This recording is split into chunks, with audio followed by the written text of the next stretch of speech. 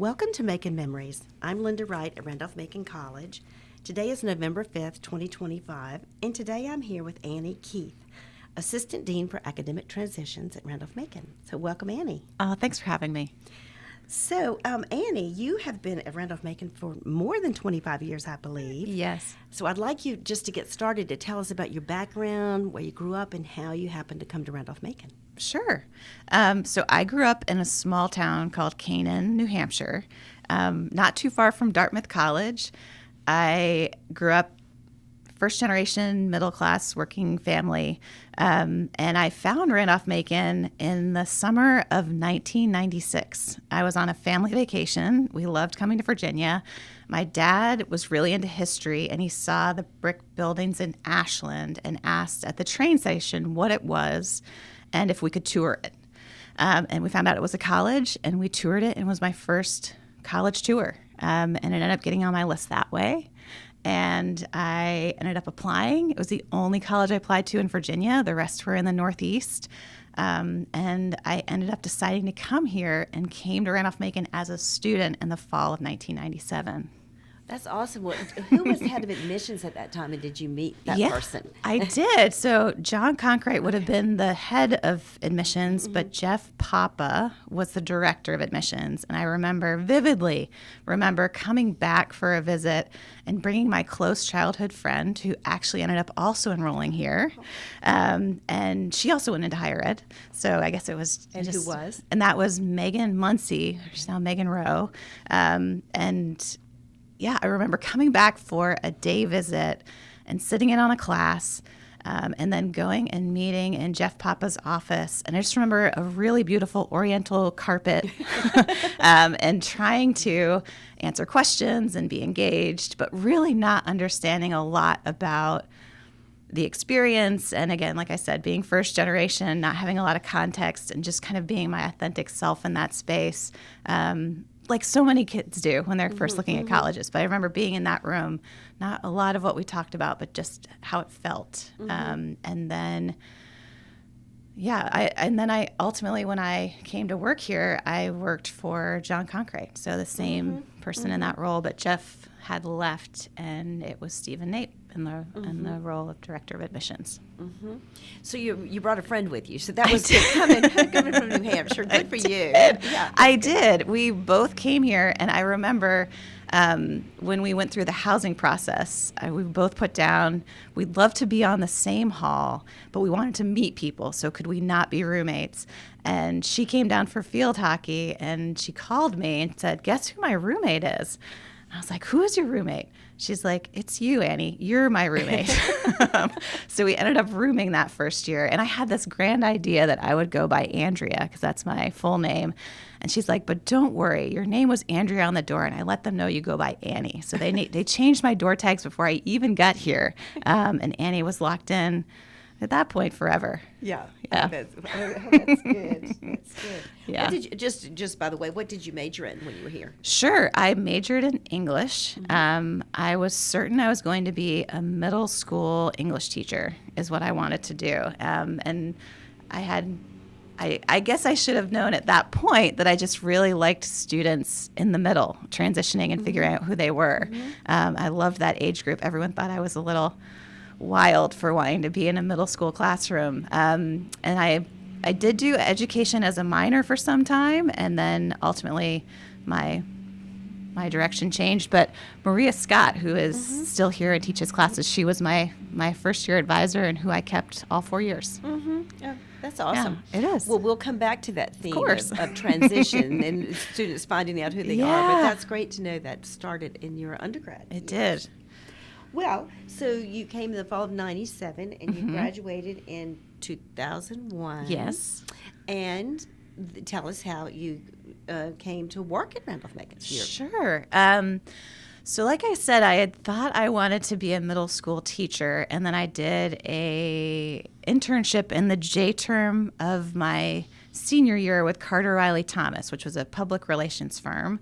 And I loved being in an office environment. I loved being in meetings. I liked the ideation piece and creating things. I didn't love the cold calling that came with that internship, but there were pieces of it that I started to discover about myself, and the idea of being in a classroom where things stayed relatively the same, the curriculum stayed the same, and also it was as SOLs were coming, that was kind of in the middle of my experience with education. And so then I felt like maybe I want to do something a little bit different. I applied for some jobs, and the admissions counselor job that was open sounded just so interesting, and it sounded exciting. You know, you'd be on the road traveling and going to high schools and talking about a place I knew and felt so familiar with, that I decided to apply for it. And there were so many people that applied for that position. I think the excitement of working for your alma mater and maybe feeling like you weren't quite ready to leave yet.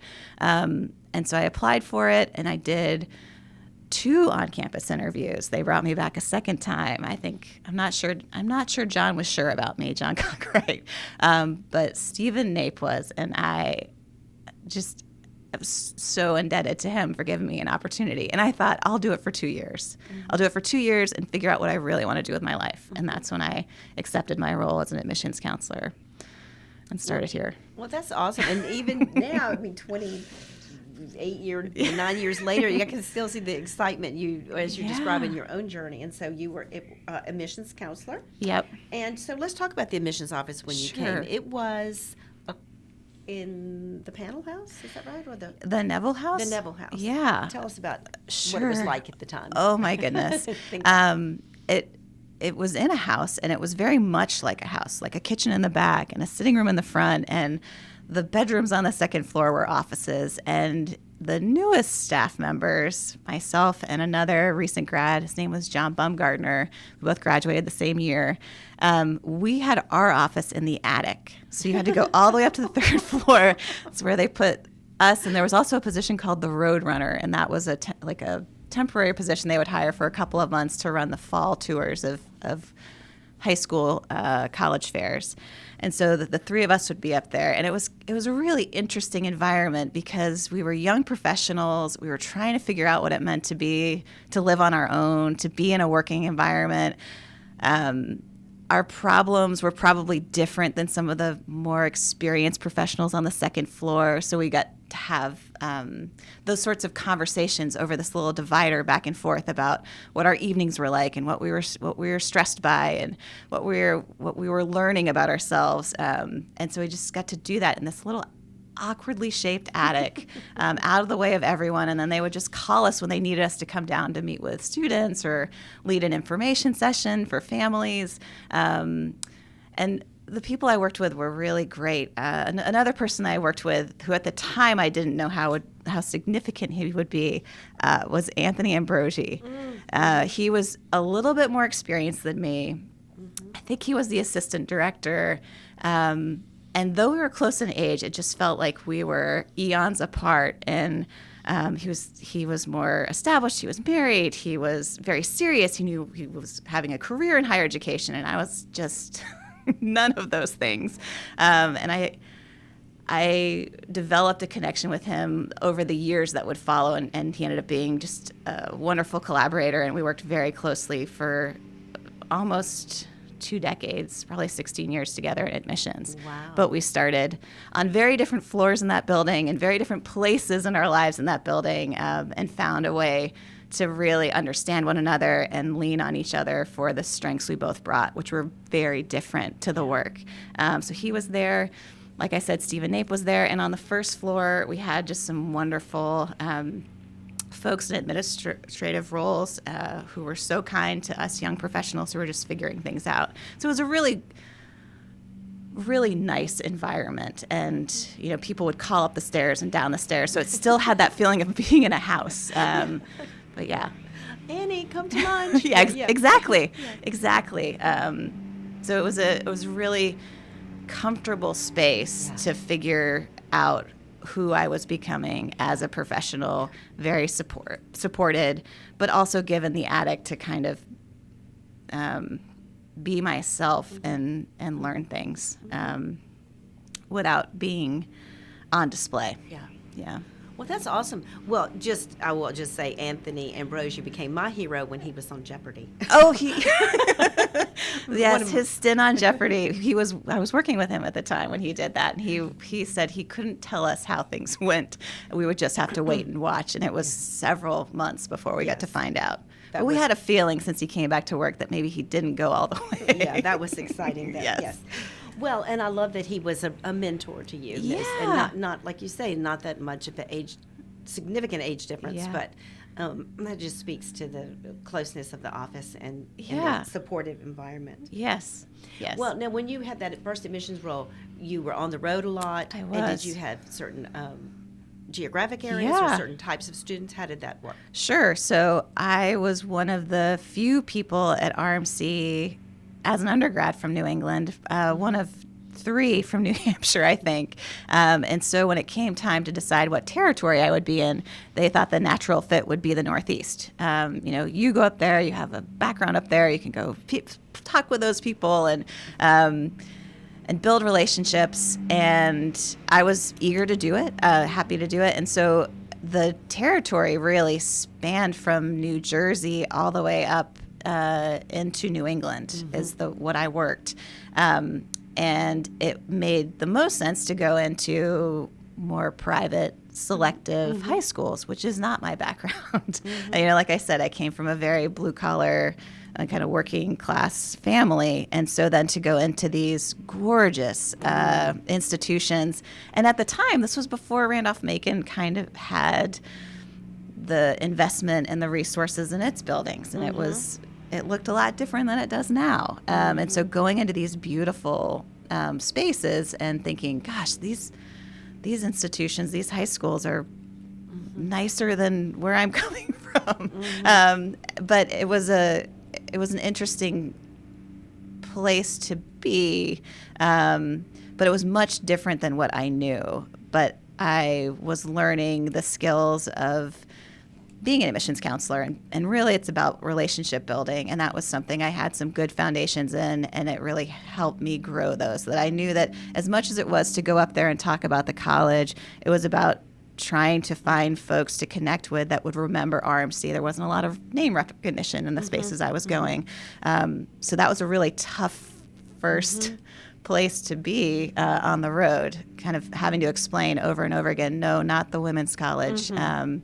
Randolph-Macon College. There was a little bit of confusion in the marketplace, but I was up there, and it was also the fall of 2001, and so that was September 11th, and that happened very early in my season. I had plans to go to New York City, to go to New Jersey, and then be on the road in those areas, and that was also very challenging. And for years after, that was a challenging environment. Absolutely, But it was where the impact of that was most significant. Yeah, it was really tough to go into high schools and be excited about college and to talk to these students who have lost family members, who have family members that are missing, and to go in and on the bulletin boards have stories and pictures of what children are drawing or remembering. And I remember thinking, is this appropriate? Should I be here talking about these things? So that was what that was like. And I will also say it's a little bit of a transition, but it wasn't as glamorous as I thought it was going to be. You think about traveling on the road, it's a lot of time in hotels and a lot of time by yourself, and you're not going to the most glamorous and exotic of places. So that was also that transition of realizing, oh, this is what it's like to be a professional on the road, and to eat in my car in between visits, and to unpack and pack back up in less than 8 hours in a hotel room. Yeah. It was pretty exhausting. Yeah. Well, how long were you an admissions counselor in that type of role? So I was an admissions counselor for over 2 years, and then was promoted to an assistant director, and kind of kept having opportunities to work on different projects within the office. But the way that the work was, no matter how far you moved up in the office, you still maintained some sort of travel territory. So right up to when I left admissions, I still had it was local. It wasn't as much overnight territory, but I had a territory for that had me on the road probably for 12 years. While I was growing my own family, and I remember being on the road and having little kids at home. So I did do that work for most of the time I was there. Yeah. Well, when I first came in 2005, I believe during that time you were in charge of the scholarship interview days. Yeah. I remember registering you and meeting with you and whatever. Yeah. So talk about that program. And Sure.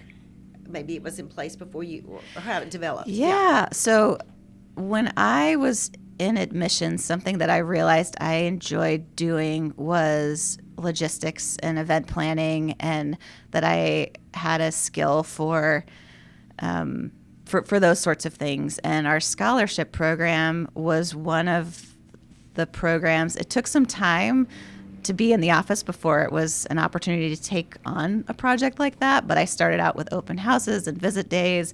And as I kind of got my feet under me and understood how those ran and how communications ran and all of that, then I was offered the opportunity to work on scholarship days, which were pretty significant events at the time I was working in admissions. That was a key yielding opportunity, having students who are admitted to the campus come onto campus and having some intentional time with a faculty member and with other peers who they could see themselves being at the college with.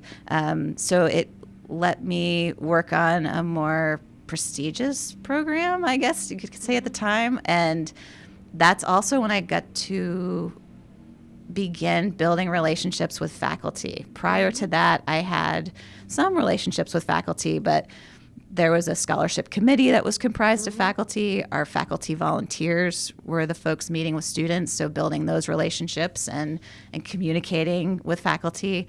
Getting things done at the college relies a lot on relationships and knowing folks, and having folks give up time on their weekend or evenings. You really had to be thoughtful about how do you build those connections and engage those folks so that they keep wanting to come back to your programs and to give that time.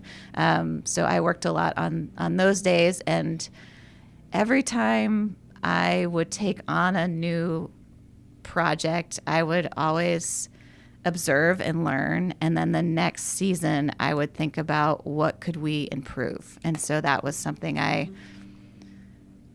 still do that now. That's my favorite way to work. I think things can always improve, or our students and our families are always changing. So how do we meet those folks where they are?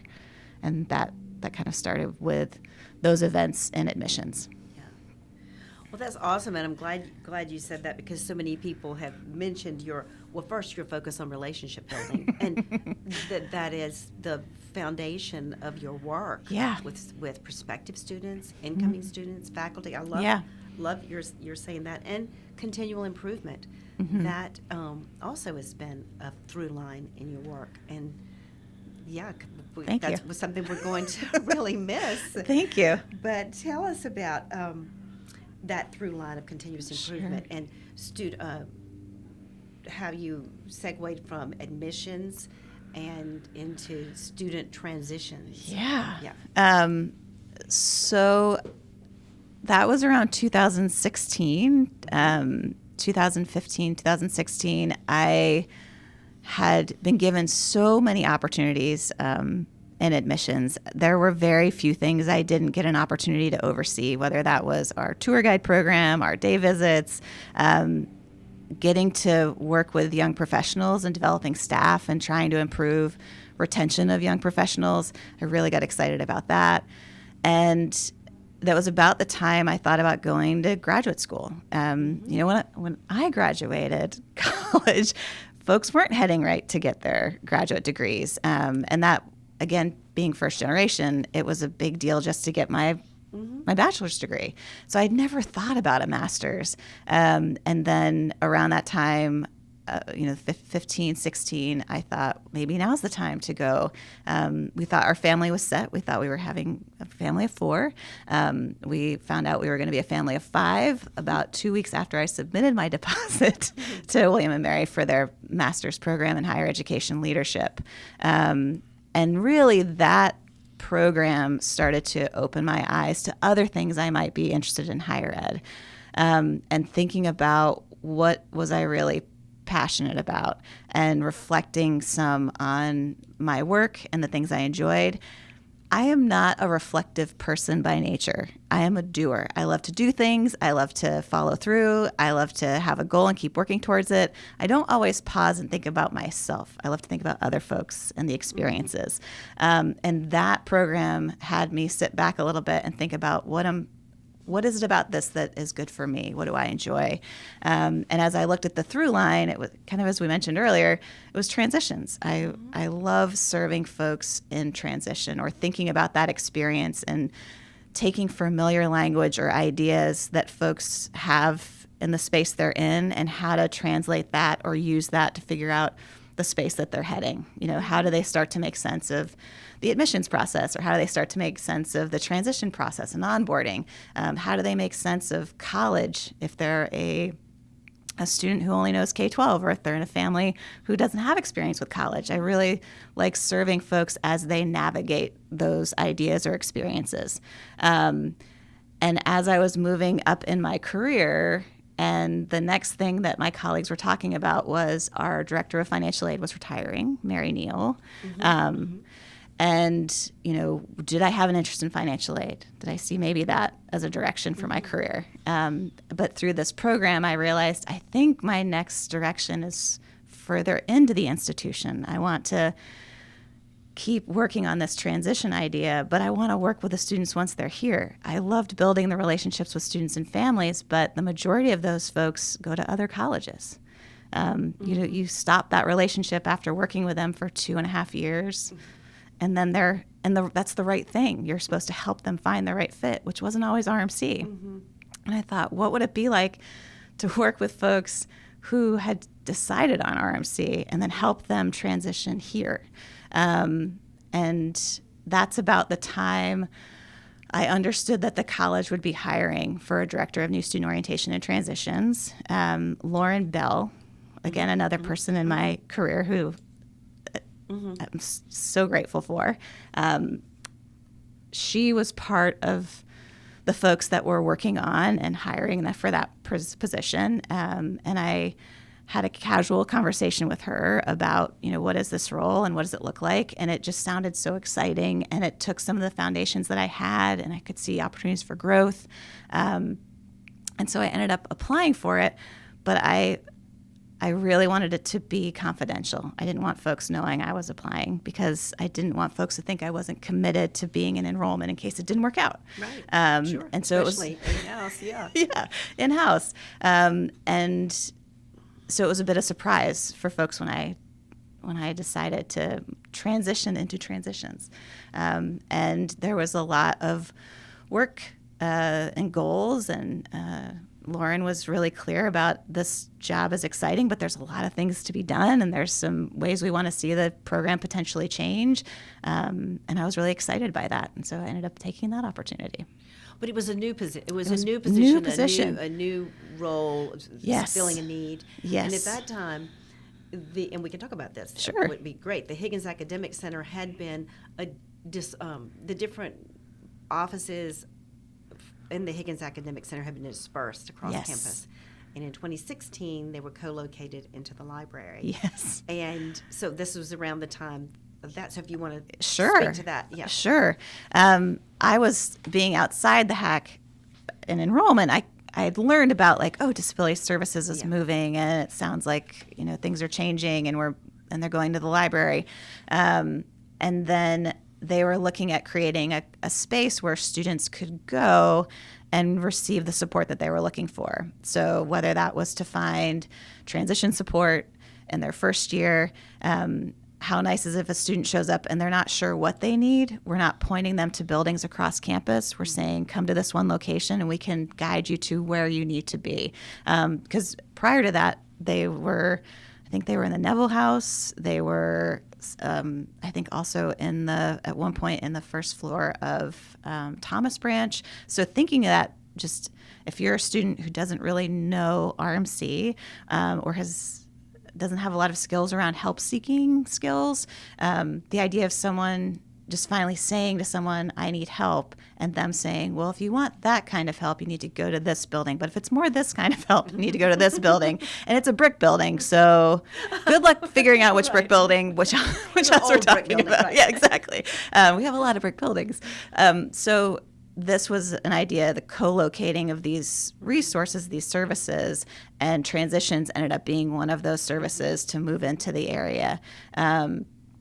And at the time, Seth Claybaugh was leading the Higgins Academic Center, and but I was who was leading the writing, speaking center at that point. Yeah. Exactly, but also having a role in the hack as well. Mm-hmm. And Lauren Bell was going to be leading my office, and Susan. There were some different leaders, and it was the Higgins Academic Center. It was a great idea and a way to reduce the strain on the student, kind of putting the student in the middle and saying what would work best for them.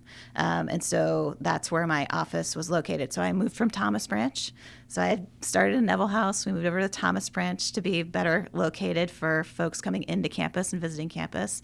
And then I moved to the library into an office there and started working. Right, okay. So that was a new role, and Yes.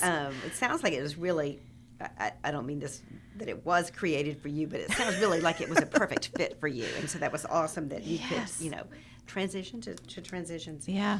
So let's talk about new student orientation. So, Yeah. Because the transition is all about the transition, and prior to that, having a dedicated person in that role, let's talk about how freshman or new student orientation was, and then how it evolved. Sure. So prior to that, I had worked on an orientation committee. Admissions would go to a committee, and Bill Blackmore, who's wonderful, who's here, was managing orientation. But it was thinking about how do we go beyond offering programming those first couple of days when a student's on campus. How do we think about orientation as a year-long transition, a year-long experience? And also, how are we onboarding them before they get to campus? So having that background in enrollment was helpful because I had already been part of that process as we supported students kind of to matriculation. That relationship doesn't end once a student deposits. So I'd had some experience of one of the first things I worked on is we asked students to complete new student forms, and these forms are owned by a lot of different campus offices on campus. And so a student would contact admissions to say, what forms am I missing? And you would have to contact several offices to figure out what they were missing. And so one of the things I worked on in ITS, Diane Colquitt, and I've worked so much with Diane, we worked on creating a co-located, again, kind of like the Higgins Academic Center, right? Like finding one space to host these things on my Macon web to make it more accessible, easier for students, but also for offices to know how students were progressing through. And so my office worked on that. The other thing that I was charged with very early was the Higgins Academic Center had peer mentors that were meant to be in place for students who were maybe in need of some early intervention and support, or support from an academic standpoint through their first year at the college. And then we also had orientation leaders, and that was a staff of folks that was so well trained. They were trained, again, Bill Blackmore did a great job training these folks up, and they worked mostly in that summer time frame, but really that orientation week, and then a couple of check-ins. But then they weren't contracted beyond that. So you have these wonderful folks who you're investing a lot of time and resources in. And then we also had these peer academic coaches that we're also having invested time in. And then students not really being sure which of those folks they go to, kind of like the hack, like, where do I go? So we decided to merge those roles into one, and part of that was just knowing I was one person and how could I manage two different staffs of students, because in my office it was just me, and there was an administrative assistant for the hack that every director could use, so it was just myself and that person. And I was thinking about how can I run all these programs and do all of this work and continue the good work and involve it if I'm also managing multiple staffs of students. So that's where the new student transition captain came from, was kind of combining those two roles and transitioning to a year-long support for students. That's awesome. So roughly what year was that? That was my first year. So when I had 16, 17? Yeah, 17. So when I met with Lauren, I think I was hired in January, and I think my first day might have been March. And I adore Lauren.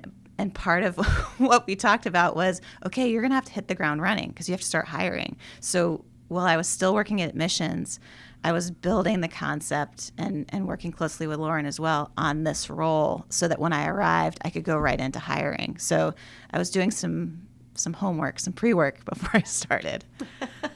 Okay, wow. Yeah. So new student orientation evolved from being welcome week, which was, basically focused on the first few days with new students coming in and a lot of programming, and then to, as you said, a year-long program. So talk, you want to talk about the development of all of that? Oh my goodness. I The mean, YJSS, which Yellow Jacket success my gosh, strategies. so many things changed. So we brought in this new student role and expanded the idea of that. That was very challenging. There were a lot of students who were concerned, who were orientation leaders, about the care for the legacy of that role and this idea that this new person was going to come in and change it and we wouldn't have orientation leaders before or anymore.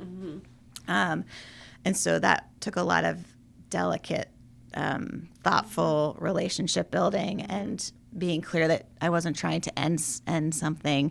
So I remember that really vividly as the kind of my first part of my experience was trying to navigate, yes, needing to keep moving forward and evolving the work, but still having folks here very much invested in the identity of an orientation leader and what did it mean to now have new student transition captains.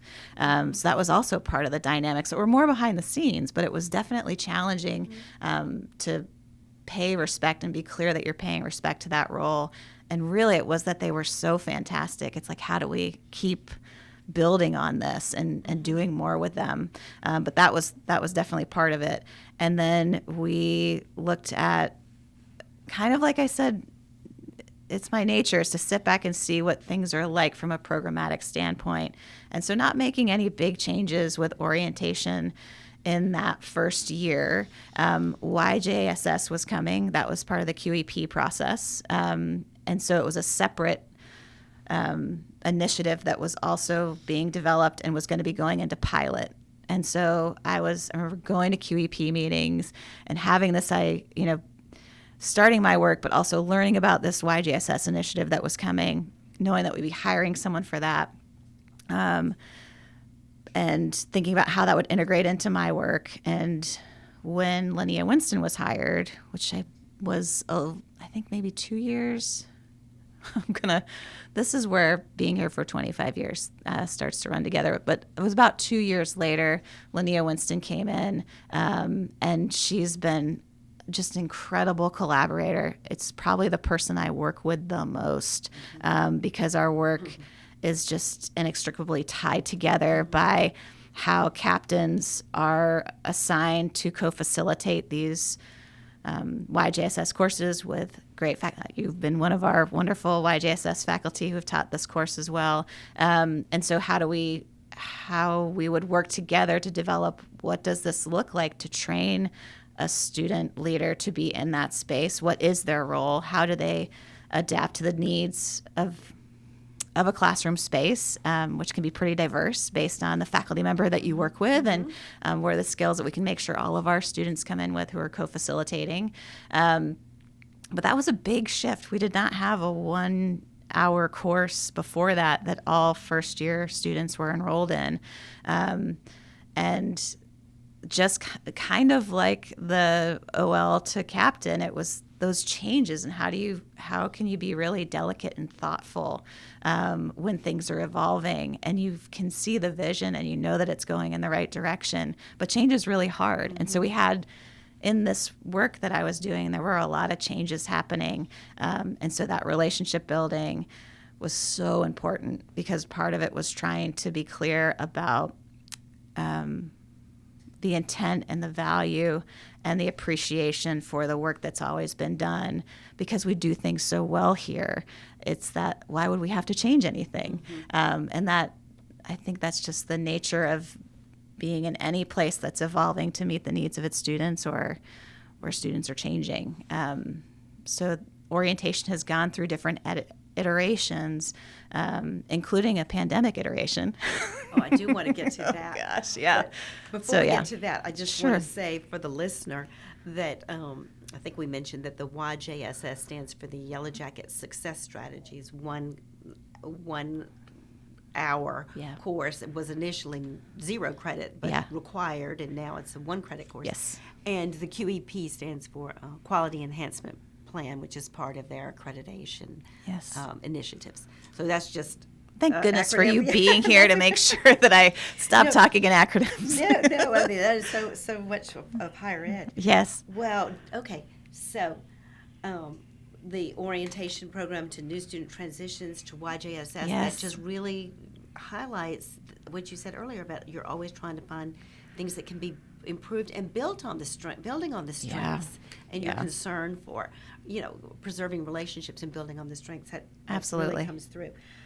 But we did start this program prior to a pandemic. We did. And then we had a pandemic. So we did. COVID is always like its own topic in these interviews in the last few years. So let's talk about that. Let's talk about the pandemic. It's been a little bit of time since we've talked about it. So, the thing with the work is we're kind of always on deck first, right? The year starts with orientation. So we knew we would be starting a new student class in pandemic. And the things I remember the most about that time, and it's a little blurry, I've never worked so much in my life. The amount of hours we spent trying to move through different models and ideas of what we would need to do to prepare for this cohort. And then also having the opportunity to work on steering committee work and larger work for the institution, not necessarily specific to orientation, but at that time having experience that I guess someone thought was valuable to have in the room. So I was in some of those meetings, which was fantastic and a wonderful learning opportunity. The thing I remember the most, and I don't miss pandemic, I want to say that. I want to start by saying I don't miss it. But I really appreciated how everyone came together. There was so much grace extended across the campus to figure out how do we bring our best pieces of our work, how do we bring diverse strengths that maybe otherwise would be siloed into a division or a particular job. Me being in there not as just Annie Keith who oversees orientation, but Annie Keith who's a professional at RMC and wants to see it be successful. And just the really creative problem solving, the efforts from colleagues across the campus. Those were things I really appreciated about the time, and some of the work we were able to do around how do we think about the student experience? How do we provide some semblance of opportunity for development and growth while you also have to stay in your room, and we have to do a different calendar. We had to think about how classes were done, and it was such an interesting time. And so when it came to orientation and we realized, and of course there was such an effort, like how can we be in person? And part of those discussions were the hard reality of like, it's just not safe. And once we got into that space, we created a virtual orientation experience called Expedition RMC. And my idea for that was thinking about gamifying in some way the orientation experience and having a virtual component to it, but a way to move in a way that can be tracked by a student on this expedition or this journey from where they are to RMC, and having checkpoints along the way, and having a little bit of competition between our leagues, groups of captains and crews, and we won't go all the way down that rabbit hole, but there were ways to create this experience the best that we could with video. We worked with an incredible company, Wildfire. They did great fast work with us. Lauren Bell was so key in this too. And then we created this kind of one of a kind virtual orientation experience. And we ended up running Expedition RMC actually for 2 years. The first year was entirely virtual, and the second year was a hybrid model because we were able to get back a little bit in person as soon as we could. But boy, orientation space on RMC's campus is pretty limited, and you have to get pretty creative with spaces to host students. I will say it gets even more creative when you're looking at distancing. Yes. So even when we came back that next year and did we're back in person, so to speak, there were still so many limitations on space, which was appropriate, but it was really challenging from a logistics level. I still can't believe we got all of that done, and that we retained students and we gave them some experiences to look back on positively. Olivia Murray, who's a coordinator in our office now, she went through, I remember doing her captain interview, and it was virtual. So everything was shifted, I remember the outdoor classroom. Yeah, oh my gosh. Tents and the little kiosk for pick up food. And the tents. The grab and go. Yeah. And just and still behind it all, the intent of trying to serve students and provide them with a thoughtful, meaningful, engaged experience. But again, my favorite part is just the incredible colleagues I got to do that time with. I'm still so proud of what we accomplished. Yeah. Well, I just want to pause right there and read a quote someone sent in, because that's a perfect segue. I just want to say, one colleague said, Annie better understands and centers the student experience more than anyone I have ever worked with in my nearly 20 years. She consistently reimagines everything, emphasis, she does to meet the students' needs of the day. Oh my I think goodness. that really sums up what you were just explaining about being fairly new in that role and COVID hitting and making it happen. So yeah, the students, so nice. I didn't know you'd have quotes. Folks are so generous. I think our work can get very complicated, and there's so many ideas and approaches. The thing that I try to ground in is thinking about it from a student perspective, and that's all the way from a student in their family unit and transitioning and coming to RMC during the summer. That's what it's like to be a sought-after student leader who wants to do a good job in a student leadership role like the captain's program. How do we nurture that? How do we give them a good experience? But then also, what have my colleagues experienced when we ask them to do things? Kind of back to the space thing. When we want to do breakout sessions or provide smaller experiences, our staff, there's not a lot of redundancy. So you're going to ask someone to do a presentation 4 or 5 times in a day to provide that experience. And so really trying to think about the experience of our faculty and staff and their time, and always trying to make sure that those asks are coming because it's what's going to be a good fit for the student. Not just because it would be fun to have someone do the same presentation 5 times in a row. But I really do try to think about the human experience and whatever I'm providing and keep the students at the center as much as I can. So that was really nice. Yeah, that really comes through. Well, you've been very good about mentioning people and who've been important at different junctures. But that's one of my favorite things in making memories is hearing about this whole project is about the people. Yes. So if there are any other mentors or shout outs of people you've worked for, I'd love for you to. Oh my gosh! Expound. I would shout out everyone. I wish I could, and right down to the students that I've had having a student giving you space to be good company for them in their collegiate experience is an honor. So I'm grateful for so many students, professionals. Some of them I've shouted out, folks that have been key in my experience. And there are lasting relationships and connections that I've made. Some of my closest friends who are still at the college, some who have left the college, and I keep in touch with. I have a thing, and maybe this isn't a kind thing to do, but I don't rank any of my friendships. I often get asked, who's your best friend or your best this or that. I think a friend,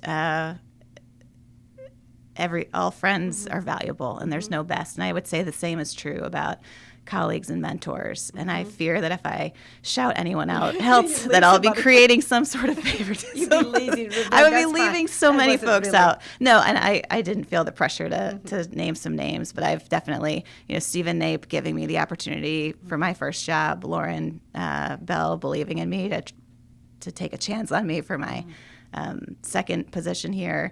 Jill Grant, who, even though I am leaving, still saw ways to keep growing here and believing in the work that I was doing. Elisa Rosenthal has been an incredible provost and advocate. I've been very lucky. And the presidents, I've worked with 3 presidents. When I arrived, Roger Martin he arrived in the fall of '97 with me as a student. I can still remember listening to him give remarks on the grass outside of Foxhall. I don't know why we were there. I've never used that location for anything, but we were there on orientation. And then, President Lindgren was such a fun president for me to get to know. He taught me a lot about people and relationships and expectations, and I really value that connection. And, right to President Hill, I am so bummed that I won't get to spend more time working for him. He's been really, really fantastic. So three great presidents, too. That's awesome. Well, as you look back, what are some of the, let's see, what do you see as some of the strengths of Randolph-Macon, and what are some of the challenges? Sure. Sure. So the strengths are the people. I hope I've done that justice while I've been here. I think the people continue to make Randolph-Macon what it is, and the people who are so passionate about whatever the ways are that they contribute here, and there's so many ways and so many important roles. I think I would be hard pressed to find a role that isn't significant here. I think we all contribute to what it means to be Randolph-Macon. And I think from a challenges perspective, it's kind of a double-edged sword. The people, when so many people make this place what it is, it becomes, people can have a real influence with what they bring, and then also if they leave or when they take things with them, leaving this place better. But some of the functions can be done based on how a person thought they should be done. And so when someone else comes in, it can be such a tough transition period to do that work. That's not about me. That's about just in general. Yeah. No, that's interesting. I think that the other piece is RMC is so many things to so many people. Sometimes it's hard to distill it into who we are. And I think in a world where you have to articulate who you are, and in such a challenging landscape that higher ed is, it's so important to know who you are. And I am excited for Randolph-Macon as we continue to decide and understand and lean into who we are. I think that's kind of the next thing, right? Like when you ask someone, it's often about how it feels to be here. the feeling of being at RMC and the people. And if you talk to new students, how they decided on RMC, it's a feeling. And that's so true, but that's so hard to articulate. And so I'm curious to see how we navigate that challenge of articulating who we are. That's very true. And with the new president, I think that will be a priority, especially as we look forward to our 200th anniversary. Those things coming together. I think that's articulating who we are and what Randolph-Macon stands for and what are our, like you say, we're so many things to so many people. What are our core values? And articulating that will be a real challenge, but important work to do in the next few years. And I think we're up for it, and we're seeing that movement, and we're seeing, the great work that Beth has done in marketing and being thoughtful about how to just tell the story of who we are, and getting to see more of that. I'm with you. I think that that's something that President Hill is working through too, and leading through, and it's an exciting time. It really is an exciting time. I am so lucky that though I am leaving the college, I am a graduate of the college as an alum. I'm trying that on for size. I've never been not just. Our alum are so fantastic. I don't want to say just, but RMC has been my employer, and where I identified first as an employee. It'll be exciting to identify as a graduate, as an alum, and come back in that different role. That'll be. I'm excited. Oh, good. I'm excited. I adore this place, and I adore the people, and I think it's incredibly valuable. And I believe in what we do here, and our mission, and what we provide to students. I'm just excited to see what comes next. Good. Well, thank you. All right. Well, I do have to ask you this. Sure. I have to ask you about the movie Back to the Future. Everyone says that's your favorite. You said you didn't like to rank your friends, but you rank your movies. I did rank my movies. So tell us why that is significant for you. Oh my gosh, boy! Of all the things I thought you would ask, I love movies. Very early in my childhood, I realized that it was something that I loved storytelling. I loved experiencing what it was like to see the logo of the movie studio come up and the music come up and get excited for the story they're about to tell. And one of the first movies I remember watching was Back to the Future. And I loved the idea of you could go back in time and meet your parents. I mean, who wouldn't want to see your parents as a young person? And, would you get along with them? What would they think of you? What kind of challenges were they having? And also see them something other than mom as dad and see them as humans. So I think I found that fascinating. And the story is so lean, and it's told so efficiently. There's no pauses or, time in the movie that you are wondering, get on with it. Let's see what happens next. I just fell in love with it. I fell in love with the soundtrack and the characters. And also, I think what I loved is, this particular time in someone's life and realizing who they are and who they're going to be, and through the trilogy, kind of making choices that ultimately impact who they become. I think I must have been drawn to that too, because that's still kind of a through for me. I can't help it. But yeah, it is my favorite. It is my favorite movie of all time. I have vanity plates on my car that speak to that. And yeah, I thank you for asking that question. That is my favorite movie. Well, it is. It does kind of give a nice theme to all the things you said here today. But so, as you leave, tell us about your next steps. Where you're headed. Where I'm headed. So I'm heading to William and Mary. They have a joint degree program there with St. Andrews University in Scotland, and I'll be working with that joint degree program, kind of managing that program, working with colleagues at St. Andrews, working at William and Mary, doing work more around curriculum courses, the registrar's office, very different work than I've ever done here. I would never do my work anywhere else. This was the perfect place to do it if I was going to stay in transitions work. I couldn't imagine going anywhere else. But I wanted to try some new things. And I've been at the college, like you've said, almost 30 years. And there was a piece of me that had to know what is like outside of here. I kind of joked when folks said, well, is there anything you'd want to do? It's like, what I really would love is a sabbatical, time away from the college to see some new things. So I don't want to say it's goodbye for forever to Randolph-Macon. I think I want to go out and learn new things. And if there's ever a time in the future where it seems like there's an opportunity here to serve, I certainly would come back. It's been such a great experience. Well, I wish you all the best. We all do. And you're this transition period, you'll be experiencing yourself. Yes. And there, will be lots of opportunities, I'm sure, for you to serve as an alumna.